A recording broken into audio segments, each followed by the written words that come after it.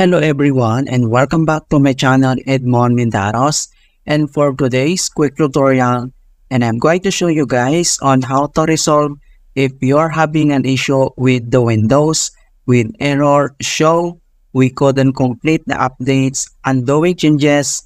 Please don't turn off your computer. Kung paano ba natin ito i-fix, and without further ado, and let's go ahead.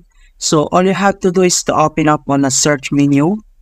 And then dito ay kailangan mo lang i-type yung services. And then click mo lang dito yung open.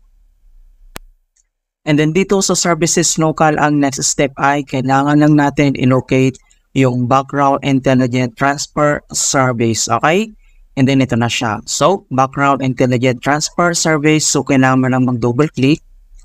And then pop up itong kanyang properties. So, ang next step, dito lang sa general and then dito lang sa startup type. So, i-click mo lang tong araw na yan. So, i-select mo lang dito yung automatic. So, dalawa yung automatic dito. Meron ditong delete start or automatic. So, select ka lang dito. Alright? And then next step, dito sa kanyang running, i-click mo lang tong stop and then wait natin. And then next step, dito sa kanyang service status, i-click mo lang tong start and then wait natin. Once okay na siya, and then click mo lang dito yung apply and then click mo dito yung okay. So, ang next services local na kailangan natin i-locate ay i-locate natin at hanapin natin yung Windows update. So, scroll down lang tayo. And then, select lang natin dito yung Windows update. So, ito siya. So, dito kailangan mo ulit mag-double click. And then, pop up itong kanyang properties. So, dito lang sa general. And then, dito lang si startup type. So, same procedure. Click mo lang itong arrow na yan. And then, select mo lang dito yung automatic. And then dito sa kanyang running, click mo lang tong stop and then wait natin. And then dito sa service status and then i-click mo lang tong start and then wait natin ulit.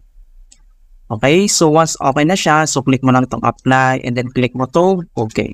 So after dito, so close lang natin tong services. Ano next step ay, dito lang sa search menu and then kailangan mo lang i-type dito yung CMD or ito yung tinatawag na command prompt. So kailangan mo lang mag-right click. And then select mo lang dito yung run as administrator. If you receive user account control and click mo lang dito yung yes.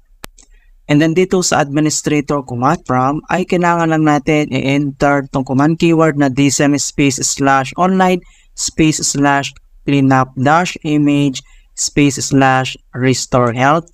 So copy lang natin yan. And then next step, dito lang sa taas kailangan mo lang mag-right click. And then select mo lang dito yung edit and then click mo lang dito yung paste or pwede mong gamitin yung keyboard shortcut na Ctrl+B and then click lang natin yan and then press mo lang yung enter and makikita mo na dito na deployment, image, servicing and management tool. So dito ay kailangan lang natin hintayin na ma-complete ang verifications into 100%.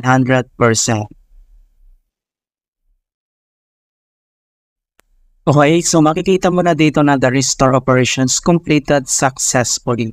And then next command keyword na kailangan natin i-enter ay type mo lang yung sfc /scan now.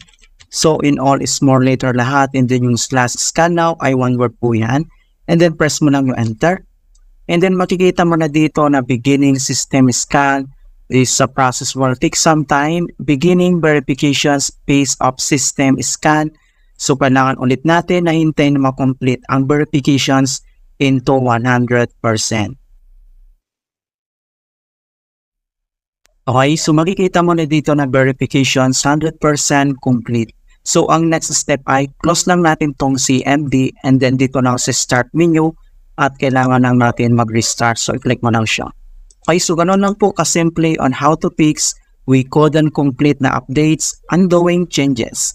And please don't forget to like this video and subscribe to my channel for more quality content.